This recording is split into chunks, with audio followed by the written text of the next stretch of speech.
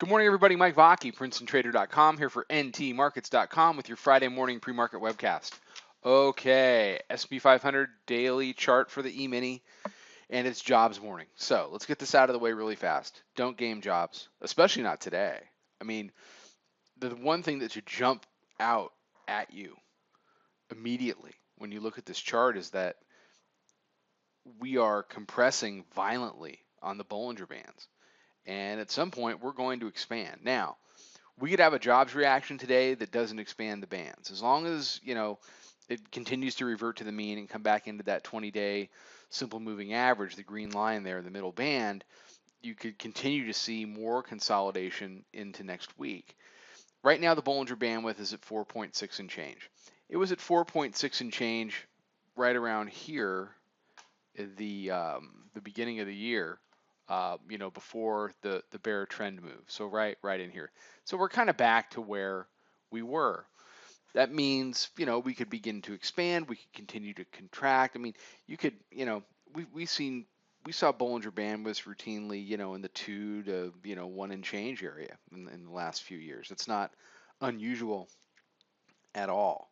So we've worked off all of this down move in January, at least as far as the bands are concerned. Yesterday was about as two-sided and whippy, as it gets, and it gets into a situation where, I'm reading on Twitter and we were seeing in the room where, some platforms weren't even able to function at different periods of time during the day yesterday. And my best advice is if your platform is doing that, just don't trade. There will be a better day to trade. There will be better times. There will be safer times. You can't enter a trade if your platform isn't going to tell you what the price is. That's the bottom line. If you have to wonder what the price is, if your quote doesn't match your chart, the last thing on planet Earth you should be doing is trading. Okay?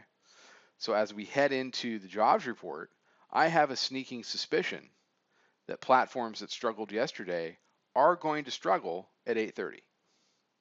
Okay? And if that's the case, leave it alone. Don't do anything with it. Because if you're holding something and you don't even know where you got in or what it, or and where the market is, that's not. Those are key pieces of information which you can't, that you need in order to be in a trade. Okay. Now, as far as the jobs report is concerned, what's the reaction going to be? I don't know. You don't know either. Neither does anybody else, which is why the number one mantra at my place is don't game jobs. What's gaming jobs? Gaming jobs is coming in a few minutes before the jobs report and, laying out your amateur economic strategy or whatever the heck else you've been doing while you were reading The Economist this weekend, and saying, well, we're going to go up or we're going to go down. And you bet on red or you bet on black. And that's either going to work out well, in which case you'll be really happy and probably take the trade off right away and not even give it a chance to run. Or you're going to be wrong, in which case you're going to hold it because your thesis is going to be proven correct, isn't it? And in the process of doing that, you're going to blow a gigantic hole in your account. Don't do that. What we do is we get the range, upside and downside.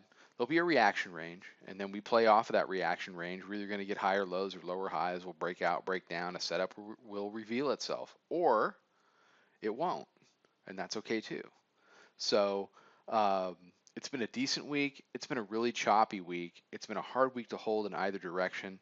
It's been a week where neither side can close out the other side. I guess that would be if I had to put the week into one statement, it would be that. Neither side can close out the other side. Bears had every chance to put the Bulls away this week. Bulls had every chance to put the Bears away this week. And at 8:30, they're both going to have another opportunity to try again. So control your size. Be careful. Don't anticipate. Trade what you see. And have a fantastic Super Bowl weekend. All right. Follow us on Twitter at Princeton Trader. Check out the website, PrincetonTrader.com. Check out the chat room.